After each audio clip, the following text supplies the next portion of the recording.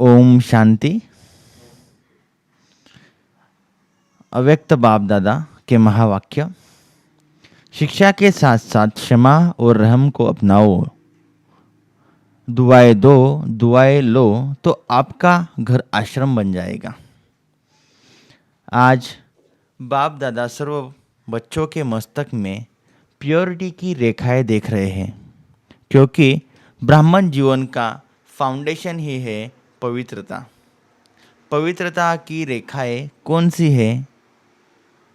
बाबा प्रश्न पूछ रहे हैं। जानते हो, पवित्रता सर्व को प्रिय है। पवित्रता सुख, शांति और प्रेम आनंद की जननी है। पवित्रता मानव का सच्चा श्रृंगार है। पवित्रता नहीं तो मानव जीवन का मूल्य भी नहीं। जैसे देखते हो, देवताएं पवित्रता के साथ है, पवित्र है, इसलिए ही मानवीय और पूजनीय है। पवित्रता नहीं तो मानव जीवन को आजकल देख रहे हो। बाप दादा ने आप सभी बच्चों को ब्राह्मण जीवन का वरदान दिया है।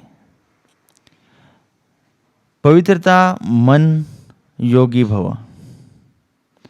जिस आत्मा में पवित्रता है, उसकी चाल चलन चेहरा चमकता है। इसीलिए पवित्रता ही जीवन को श्रेष्ठ बनाने वाली है। वास्तव में आप सब बच्चों का आदि स्वरूप ही पवित्रता है, अनादि स्वरूप भी पवित्रता है। ऐसी पवित्र आत्माओं की विशेषताएं उनके जीवन में सदा पवित्रता की पर्सनालिटी दिखाई देती है।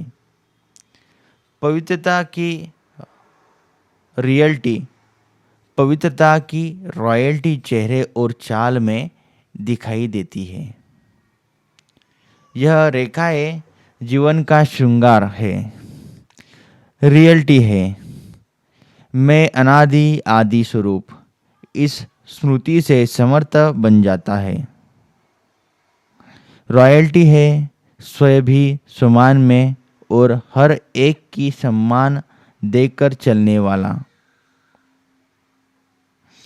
पर्सनालिटी है सदा संतुष्टता और प्रसन्नता, स्वयं भी संतुष्ट और अन्य को भी संतुष्ट करने वाले। पवित्रता से प्राप्तियां भी बहुत है। बाप दादा ने आप सभी बच्चों को क्या क्या प्राप्ति कराई है, वह जानते हो ना?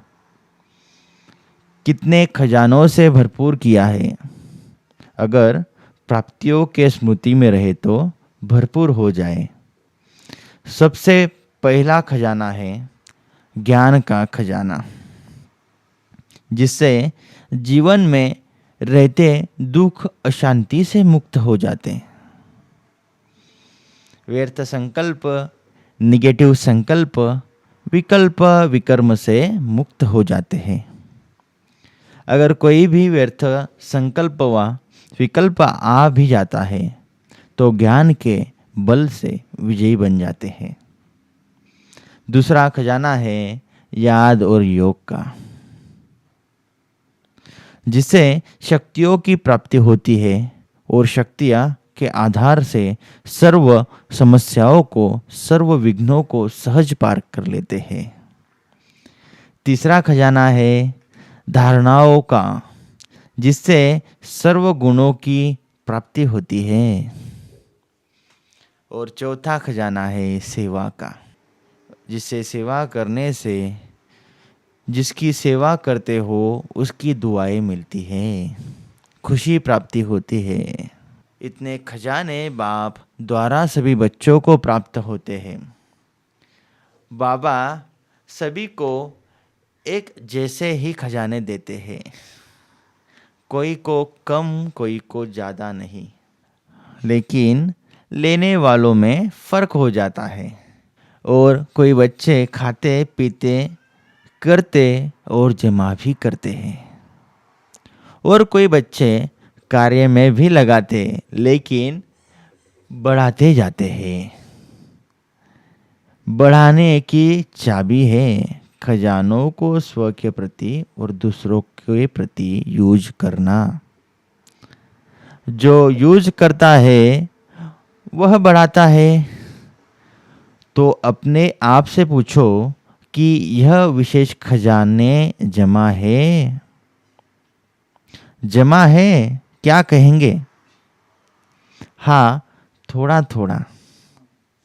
जिसके पास यह खजाने जमा है वह सदा भरपूर है और भरपूर रहता है। देखो, कोई भी चीज भरपूर रहती है ना तो हलचल नहीं होती है। अगर भरपूर नहीं होती तो हलचल होती है, हिलती है। कोई भी चीज को अगर पूरी रीति से भर नहीं दो तो वह हिलती है। तो यहाँ भी अगर सर्व खजानों से भरपूर नहीं है तो हलचल होती है। सदा एक नशा रहे कि बाप के खजाने मेरा जन्म सिद्ध अधिकार है। बाप ने दिया, आपने लिया, तो सब खजाने किसके हुए? आपके हो गए ना। तो जिसके पास खजाने हैं वह कितना नशे में रहता है। जैसे छोटा सा राजा का लड़का राजकुमार होता है, पता भी नहीं होता है कि बाप के पास क्या क्या खजाना है, लेकिन नशा रहता है कि बाप के खजाने मेरे खजाने हैं और खजाने की खुशी में रहता है। अगर खुशी कम रहती है तो उसका कारण क्या होता है? बाबा पूछते हैं। बाप ने तो खजाने दिए हैं, सुना, लेकिन एक है सुनने वाले, दूसरे है समाने वाले। जो समाने वाले वह नशे में रहते हैं। आज नए नए बच्चे भी आए हैं, बाबा बोल रहे हैं। बाप दादा अभी लक्की बच्चों को आगे सबसे भाग्य की मुबारक दे रहे हैं। आपने भाग्य को पहचाना पहचाना है? बाबा पूछ रहे हैं। परमात्मा प्यार, अविनाशी प्यार, जो सिर्फ एक जन्म नहीं चलता, अनेक जन्म सदा ही प्यार, अविनाशी प्यार जो सिर्फ एक जन्म नहीं चलता, अनेक जन्म सदा ही प्यार कायम रहता है। क्योंकि जो समय चल रहा है, जो यह समय चल रहा है, यह समय की संगम युग भाग्यवान युग है। वह स्वयं समय ही संगम युग भाग्यवान युग है। सतयुग को ही भाग्यवान कहते हैं, लेकिन वर्तमान संगम युग का समय उससे भी भाग्यवान है। क्यों? इस समय संगम युग में ही बाप द्वारा अखंड भाग्य का वरदान वर्षा प्राप्त होता है। इसीलिए तो ऐसे संगम युग में भाग्यवान समय में आप सभी अपना भाग्य लेने के लिए पहुंच गए हो। बाप दादा बच्चों को बहुत एक सहज पुरुषार्थ की विधि सुनाते हैं। सहज चाहते हो ना? क्या मुश्किल? सहज मुश्किल तो नहीं चाहते। चाहते हो? नहीं। इन बच्चों को पुरानों को इन बच्चों को जो पुराने बच्चे उनको तो भाग्य की सहज विधि मिल गई है। मिली है ना? सबसे सहज। और कुछ भी नहीं करना, कुछ भी नहीं करना, सिर्फ एक बात करना। एक बात तो कर सकते हो ना? हाँ करो या ना करो। कहो हाँ जी। तो सबसे सहज विधि है अमृत वेले से लेके सबको जो भी मिले उससे दुआएं लो और दुआएं दो। चाहे क्रोधी भी आए लेकिन आप उसको भी दुआएं दो और दुआएं लो, क्योंकि दुआएं तीव्र पुरुषार्थ का बहुत सहज यंत्र है। जैसे साइंस में रॉकेट है ना, तो कितना जल्दी कार्य कर लेता है, ऐसे दुआएं देना और दुआएं लेना यह भी एक बहुत सहज साधन है आगे बढ़ने का। अमृत वेले बाप से सहज याद से दुआएं लो और सारा दिन दुआएं दो और दुआएं लो। यह कर सकते हो? कर सकते हो? कर सकते हो तो हाथ उठाओ। कोई बद्दुआ दे तो क्या करेंगे? आपको बार बार तंग करे तो? देखो, आप परमात्मा के बच्चे, दाता के बच्चे हो ना, मास्टर दाता तो हो। तो दाता का काम क्या होता है? देना। तो सबसे अच्छी चीज है दुआएं देना। कैसा भी व्यक्ति हो, लेकिन है तो आपका भाई बहन। परमात्मा के बच्चे तो भाई बहन हो ना। तो परमात्मा का बच्चा है, मेरा ईश्वरीय भाई है, ईश्वरीय बहन है, उसको क्या देंगे? बद्दुआ देंगे क्या? बाप कभी बद्दुआ देता है? देगा? देता है? हाँ या ना? हाँ ना करो, बहुत खुश रहेंगे। क्यों? अगर बद्दुआ वाले को भी आप दुआ देंगे, वह दे दे, वह दे न दे, लेकिन आप दुआ लेंगे। वह दे न दे लेकिन आप दुआ लेंगे, तो दुख क्यों होगा? बाप दादा आप आए हुए बच्चों को एक वरदान देता है। वरदान याद रखेंगे तो सदा खुश रहेंगे। वरदान सुनाए? सुनेंगे? तो वरदान है, अगर आप अगर आपको कोई दुख दे तो भी आप दुख लेना नहीं है।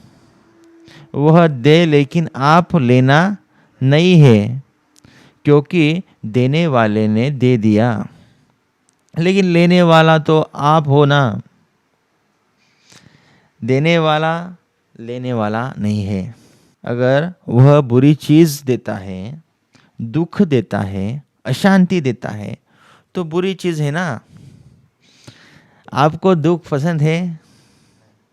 नहीं पसंद है ना, तो बुरी चीज हो गई ना।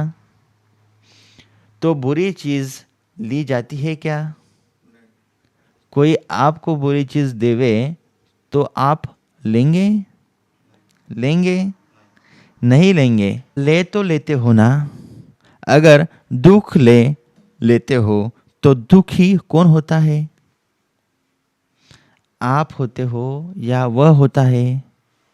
लेने वाला ज़्यादा दुखी होता है। अगर अभी से दुख लेंगे नहीं तो आधा दुख तो आपका दूर हो गया। लेंगे नहीं, लेंगे ही नहीं ना। और आप दुख के बजाय उसको सुख देंगे तो दुआएं मिलेंगी ना। तो सुखी भी रहेंगे और दुआओं का खजाना भी भरपूर होता जाएगा। हर आत्मा हर आत्मा से कैसी भी हो, हर आत्मा से कैसी भी हो, आप दुआएं लो। शुभ भावना, शुभ कामना रखो।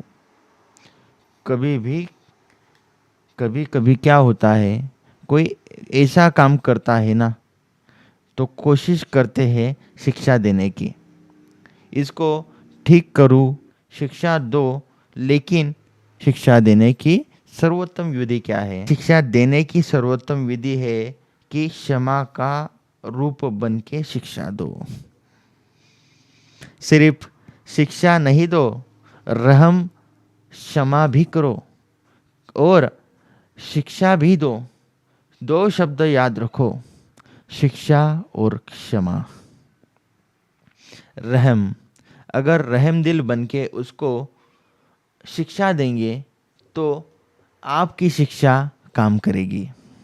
अगर रहम दिल बन के नहीं देंगे तो शिक्षा एक कान से सुनेंगे, दूसरे कान से निकाल जाएगी, शिक्षा धारण नहीं होगी। ऐसे है ना, अनुभव है अनुभव। आप भी किसी का शिक्षक तो नहीं बन जाते। शिक्षक बनना जल्दी आता है, लेकिन क्षमा करना दोनों साथ साथ चाहिए।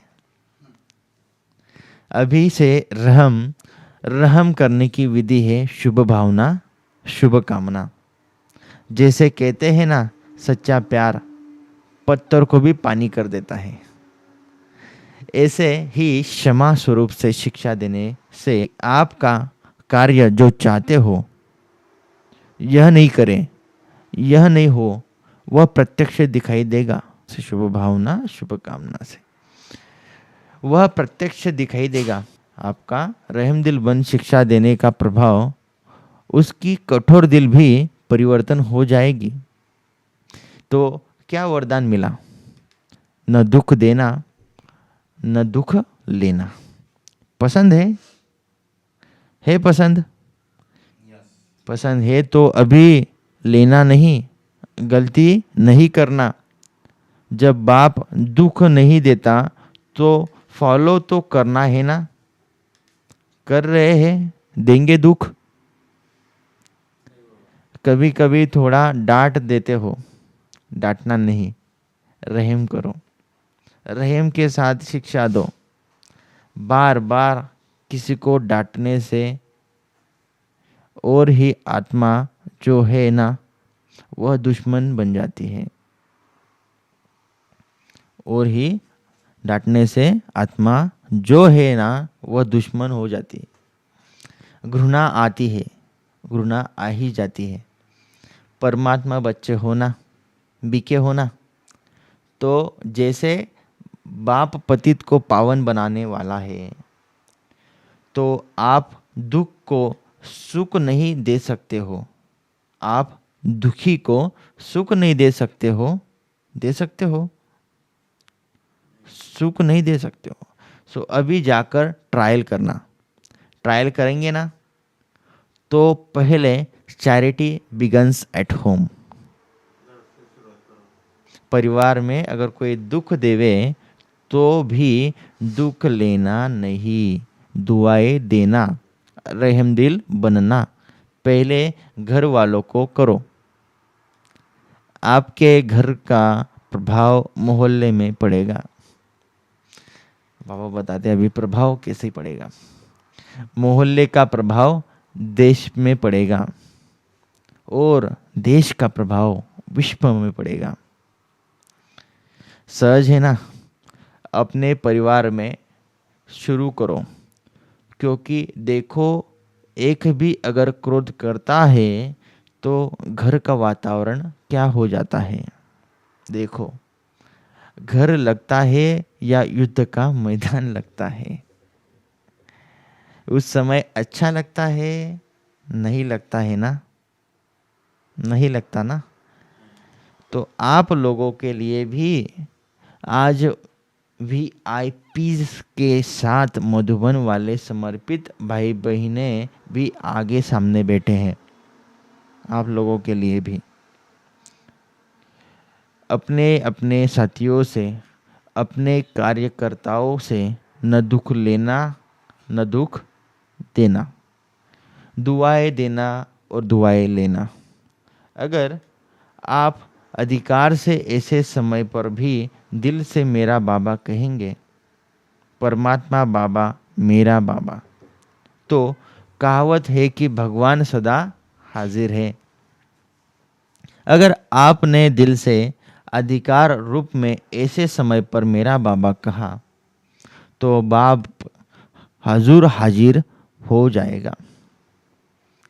क्योंकि बाप किस लिए है? बच्चों के लिए। तो हो और ऐसी अधिकारी बच्चों को बाप सहयोग नहीं दे, यह हो नहीं सकता, असंभव। तो परिवर्तन करके जाना, जैसे आए वैसे नहीं जाना, परिवर्तन करके ही जाना। क्योंकि देखो इतना खर्चा करके आए हो, टिकट तो लगी ना, फॉरेन से आए हो, टिकट तो लगी ना, खर्चा भी किया, समय भी दिया, तो उसकी वैल्यू तो रखेंगे ना। तो वैल्यू है स्व परिवर्तन से अपने घर का परिवर्तन, फिर विश्व का, देश का परिवर्तन। आपका घर आश्रम बन जाए, घर नहीं आश्रम। वैसे शास्त्र भी कहते हैं गृहस्थ आश्रम। लेकिन आज आश्रम नहीं है, लेकिन आज आश्रम नहीं है, आज आश्रम अलग है, घर अलग है। तो घर को आश्रम बनाना, दुआएं देना और लेना, यह आश्रम का कार्य है। आपका घर मंदिर बन जाएगा। मंदिर में मूर्ति क्या करती है? क्या करती है? दुआएं देती है ना। हाँ जी। मूर्ति के आगे जाकर क्या करते हैं और क्या कहते हैं? दुआएं दो, मर्सी मर्सी कहते चिल्लाते हैं। तो आपको भी क्या क्या देना है? दुआ, ईश्वरीय प्यार दो, आत्मिक प्यार, शरीर का प्यार नहीं, आत्मिक प्यार। आज प्यार है तो स्वार्थ का प्यार है, सच्चे दिल का प्यार नहीं है। स्वार्थ होगा तो प्यार देंगे, स्वार्थ नहीं होगा तो डॉट केयर। स्वार्थ नहीं होगा तो डॉट केयर, मतलब डोंट केयर। तो आप क्या करेंगे? आत्मिक प्यार देगा, आत्मिक प्यार देना, दुआएं लेना, देना, दुख न लेना, दुख न देना। देखो आपको चांस मिला है, देखो आपको चांस मिला है। बाप दादा को भी खुशी है। इतने जो भी सब आए हैं, भारत के करीब करीब 250 वीआईपीज रिट्रीट में आए हुए हैं। इतने घर तो आश्रम बनेंगे ना, इतने घर तो आश्रम बनेंगे ना, बनाएंगे ना, पक्का पक्का बनाएंगे कि थोड़ा थोड़ा कच्चा, थोड़ा थोड़ा कच्चा बनाएंगे। जो समझते हैं कुछ भी हो जाए थोड़ा सहन तो करना पड़ेगा। समाने की शक्ति का, समाने की शक्ति कार्य में लानी पड़ेगी। लेकिन सहन शक्ति का फल बड़ा मीठा होता है। सहन करना पड़ता है लेकिन फल बहुत मीठा होता है। तो जो पक्का वायदा करते हैं, घर घर को स्वर्ग बनाएंगे, मंदिर बनाएंगे, आश्रम बनाएंगे, वह हाथ उठाओ, वह हाथ उठाओ। देखो देखो मैं, देखो देखी मैं नहीं उठाना। देखा देखी में नहीं उठाना, क्योंकि बाप दादा हिसाब लेगा ना फिर। देखकर नहीं उठाना, सच्चा सच्चा मन का हाथ, मन से उठाओ। अच्छा दादिया, इनको इसकी क्या प्राइस देंगे? हाँ, हाँ हाँ बोलो। दादी, इतने मंदिर बन जाएंगे तो आप उसको क्या प्राइस देंगे? अपने घर वालों को ले आए, यह तो प्राइज़ नहीं दी, लेकिन तो काम सुना दिया। बाबा जो आज्ञा करेंगे, देखो प्राइज़ तो आपको मिल जाएगी, कोई बड़ी बात नहीं है। लेकिन लेकिन है है लेकिन वाले लेकिन वाले बोले, आप जाने के बाद अपनी धारणा से परिवर्तन करना और 15 दिन बाद, मास के बाद अपनी रिजल्ट लिखना। जो एक मास भी दुख नहीं लेगा न देगा, उसको बहुत अच्छी प्राइज़ देंगे। बाबा कहते हैं, बाबा प्राइज़ बताते हैं, अगर आप आएंगे तो मुबारक है, अगर नहीं आ सकेंगे तो भी सेंटर पर भेजेंगे प्राइज़। अच्छा, चारों ओर के देश विदेश के बच्चों की याद बाप दादा को मिली है। चाहे फ़ोन द्वारा याद भेजी है, चाहे पत्र द्वारा, चाहे दिल से दिल में याद किया है, तो बाप दादा सभी बच्चों को, चाहे भारत के चाहे विदेश के, रिटर्न में दुआएं और याद प्यार पदम गुना दे रहे हैं।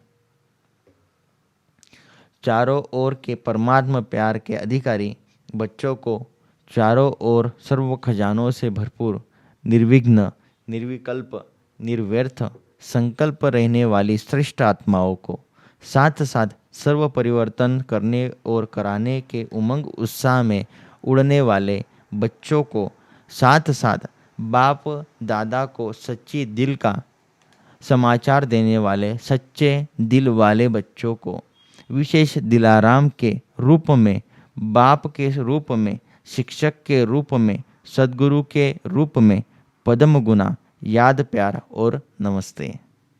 हम बच्चों का भी बाप दादा को याद प्यार, गुड मॉर्निंग, नमस्ते नमस्ते सदा रहेंगे हंसते हंसाते।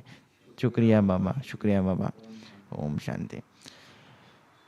बाबा वरदान में बताते हैं, भटकती हुई आत्माओं को यथार्थ मंजिल दिखाने वाले चैतन्य लाइट माइट हाउस भव। भटकती हुई आत्माओं को यथार्थ मंजिल दिखाने वाले चैतन्य लाइट माइट हाउस भव। किसी की भी भटकती हुई आत्मा को यथार्थ मंजिल दिखाने के लिए चैतन्य लाइट माइट हाउस बनो। बाबा बताते हैं, इसके लिए दो बातें ध्यान पर रहें। दो बातें बाबा कौन सी बताते हैं? एक, हर आत्मा की चाहना को परखना, जैसे योग्य डॉक्टर उसे कहा जाता है जो नब्ज को जानता है, ऐसे परखने की शक्ति को सदा यूज करना। दो, सदा अपने पास सर्व खजानों का अनुभव कायम रखना। सदा यह लक्ष्य रखना कि सुनाना नहीं है, लेकिन सर्व संबंधों का, सर्व शक्तियों का अनुभव कराना है, सुनाना नहीं। स्लोगन है, दूसरों की करेक्शन करने के बजाय एक बाप से ठीक कनेक्शन रखो। दूसरों की करेक्शन करने के बजाय एक बाप से ठीक कनेक्शन रखो। अव्यक्त इशारे हैं बाबा के। रूहानी रॉयल्टी और प्योरिटी की पर्सनालिटी धारण करो। अपना निजी स्वरूप व वरदानी स्वरूप सदा स्मृति में रहे, तो अपवित्रता और विस्मृति का नाम निशान समाप्त हो जाएगा। देखो, बाबा कहते हैं कि अगर हम हमारे निजी स्वरूप को व वरदानी स्वरूप को सदा स्मृति में रखें, तो हमारी अपवित्रता और जो बाबा की भूलने की आदत है, उसका नाम निशान समाप्त हो जाएगा। बाबा आगे कहते हैं, विस्मृति व अपवित्रता क्या होती है? बाबा पूछ रहे हैं, वह होती है, अब इसकी अविद्या होनी चाहिए, क्योंकि अभी इसकी अविद्या होनी चाहिए, क्योंकि यह संस्कार व स्वरूप आपका नहीं, विस्मृति और अपवित्रता का स्वरूप आपका नहीं है। आप बाबा को भूल कैसे सकते हो, क्योंकि आप खुद को भूल गए हो। तो बल्कि आपके पूर्व जन्म का था। ये जो स्वरूप है आपका स्वरूप नहीं है अपवित्रता और विस्मृति, बल्कि आपके पूर्व जन्म का था। अभी आप ब्राह्मण हो, यह तो शूद्रों के संस्कार व स्वरूप है, अपवित्रता और विस्मृति। भूलता वही है जो शूद्र होता है, अपवित्र जो होता है वह शूद्र होता है। ऐसे अपने से भिन्न भिन्न अर्थात दूसरे के संस्कार अनुभव होना, इसको कहा जाता है न्यारा और प्यारा। ऐसे अपने से भिन्न अर्थात दूसरे के संस्कार अनुभव होना, इसको ही कहा जाता है न्यारा और प्यारा। ओम शांति।